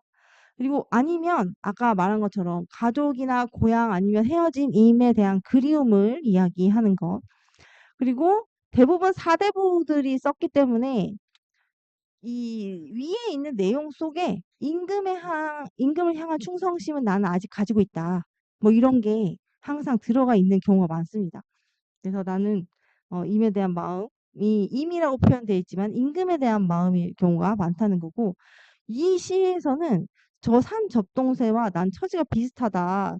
님을 그리워하며 울고 지내니까. 그러면서 나에 대한 말은 진실이 아니면 거짓이라는 것을 왜 이렇게 말했을까? 이 사람이 모함을 당해서 유배를 당한 거야. 그래서 지금 임금님에 떨어져서 나 지금 너무 슬픈데 임금이 언젠가 이걸 알아줬으면 좋겠다라는 마음으로 이런 거를 쓴 거죠. 그리고 밑에 있는 것들은 이 양반들이 이 서민들에게 전하고 싶은 뭐 근면 성실이라던가 효라던가 뭐 이런 거에 관한 교훈을 담은 시인데, 상대적으로 이런 거는 자주 나오진 않습니다. 이게 제일 많이 나와요. 나머지 이게 50%, 여기에서 30%, 그리고 이 전혀 다른 거에서 10%, 또 예상치 못한 거에서 10%, 뭐 이 정도라고 생각하시면 됩니다. 뒤 옆에 문제는 같이 안 풀 건데, 왜냐면 그냥 옆에 있는 거 파악할 수 있는지 물어보는 거거든. 꼭 파악할 수 있는지 해봐야 되고, 이거를 꼭 알아놨으면 좋겠어. 이거 수능에 나왔던 거거든. 그럼 백구가 멍멍이 이름이 아니에요. 갈매기예요. 이거 외워놔야 돼요. 알았죠? 백구가 뭐라고? 갈매기예요. 꼭 외워놔야 돼요. 꼭, 꼭, 꼭, 꼭. 이거 되게 중요합니다. 네. 다른 거는 엄청 모를 것 같은 건 없고요. 이쯤 되면 애들이 30분에 끝나는 거 맞나요? 이제 물어볼 때가 됐는데, 어, 여기 포근한 봄과 나룻배와 행인까지 우리가 오늘 하는 거거든요. 여기 포근한 봄을 보면 쉬운 시예요. 이것도 아까 그 소녀들처럼 눈이 내린다. 봄이라서 눈이 내린대. 봄비처럼 포근한 눈이. 봄빛에 비유를 했어. 그래서 포근하다는 건 뭘까? 포근하다는 건 촉각적 심상이에요. 촉각적. 피부로 느끼는 거니까. 담장 위에 쌓이는 봄눈, 나무 위에 쌓이는 봄눈, 마당 위에 쌓이는 봄눈. 자, 뭐뭐 위에 쌓이는 봄눈을 계속 반복했죠. 그래서 반복법이라고 하고, 자, 우린 이거를 상상할 수 있어. 시각적으로. 그래서 이거는 시각적이다라고 할 수 있어. 그리고 마루에서 졸다가 깬 눈을 하고 앉아있는 새끼 고양이의 눈 속에도 내리는 봄눈이라고 했어. 고양이가 봄눈을 보고 있으니까 그 눈 속에 눈 내리는 게 비추나 보죠. 그래서 이 마루에서 졸다 깬 고양이가 있는 어떤 평화롭고 한가로운 그런 풍경도 우리가 상상할 수 있는 이런 시각적인 부분이 있죠. 감았다 떴다 하는 새끼 고양이의 눈처럼 보, 똑같이 여기 이 눈과 다른 뜻의 눈이잖아요. 하지만 이렇게 발음은 같잖아요. 그래서 동음이의어를 활용하고 있어요. 부드러운 촉각적 심상을 가져와서 봄 하늘, 봄 하늘의 봄눈이라고 점점 의미상으로 구체적으로 강조해주는 점층법을 여기서도 사용하고 있습니다. 자, 이거 뭐예요? 봄에 내리는 눈이 참 포근하다라는 이야기를 하는 시입니다. 그래서 어려운 시는 아니에요. 화자가 나나 우리로 드러나진 않지만 봄눈 내리는 걸 보고 있고 졸고 있는 고양이도 보고 있고, 그지? 어, 그런 상황이에요. 그래서 여기는 뭐 대조적이거나 뭐 그런 어려운 부분은 사실 없습니다. 그래서 여기서는 내가 어려운 거는 보겠는데 여기는 별로 이렇게 어렵다 느껴지는 부분이 없기 때문에 여러분 풀어 보시고 질문 있으면 다음 주에 질문해 주세요. 다음 주에라도 모르겠는 게 있으면. 자, 근데 이거는 빨리 넘어가고 싶은데 자료도 줄 거긴 한데 빨리 넘어가는데 한계가 있어. 한용운 시인의 나룻배와 행이 좀 중요해. 이 시가. 자, 나는 나룻배고 당신은 행인이래. 이게 뭐예요? 처음과 끝에 요거를 반복합니다. 처음과 끝에 같은 형태를 사용하는 거 뭐라고 했어? 수미상관이라고 했어. 이거. 어, 머리 숫자에 꼬리 밑자라고 했어. 수미상관은 머리와 꼬리가 같다는 뜻이고 안정감을 주고 똑같으니까 처음과 끝을 똑같이 하니까 강조를 하는 의미가 있다라고 했습니다. 나는 당신은 자, 내가 뭐예요? 나룻배야. 나룻배. 밑에 나룻배 그려져 있는데 사람이 나룻배를 타고 강을 건너가잖아. 이렇게 정박해 있다가 풀어서 얘 타고 건너가 다른 쪽으로 건너갔어. 그러면 이 사람이 흑발로 타겠죠. 근데 이거를 흑발로 나를 짓밟아. 그리고 나는 당신을 안고 물을 건너. 그리고 깊으나 옅으나 급한 여울이나 어떤 힘든 상황이어도 나는 건너간다는 거야. 나의 어떤 희생적 태도를 이야기하고 있습니다. 만약 여기 건너가서 내려줬단 말이야. 그래서 내가 여기다가 다시 묶어놓고 너를 기다려. 기다리는데 이 사람이 건너갔는데 다시 건너가려면 무조건 나를 타야 돼, 안 타야 돼? 무조건 나를 타야 돌아갈 수 있다는 걸 이 나룻배는 안다는 거야. 그래서 만일 당신이 아니 오시면 나는 바람을 쐬고 눈비를 맞으며 밤에서 낮까지 당신을 기다려. 당신은 물만 건너면 목적지에 도착했으니까 나를 돌아보지도 않고 가겠죠, 당연히. 약간의 원망이 느껴지죠. 그러나 당신이 언제든지 오실 줄만 알아요. 왜? 다시 나를 타야 돌아갈 수 있다는 걸 나는 아니까. 나는 너가 돌아올 거라는 믿음이 있어. 나는 당신을 기다리면서 날마다 낡아가고 있어. 자, 계속 기다리고 있습니다. 나는 다루빼, 당신은 행위. 이렇게 우리 서로의 사이를 다시 한번 정의하면서 끝내고 있어요. 이 한영훈 시인은 스님이자 독립운동가입니다. 그래서 이 돌아올 것이라고 아는 이 당신이 독립이라고도 할 수 있어. 우리나라의 광복이 언젠가는 무조건 올 것이라는 걸 나는 믿고 기다린다는 거야. 사랑하는 의미라고 할 수도 있어. 난 너가 돌아올 것이라고 기다리고 있다는 거.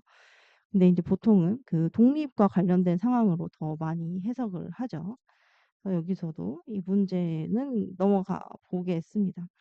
그 다음에 여기서 아까 전에 낙관적, 긍정적이고 부정적인 태도 했는데 그걸 이제 조금 더 구체적으로 쪼개놓은 거거든.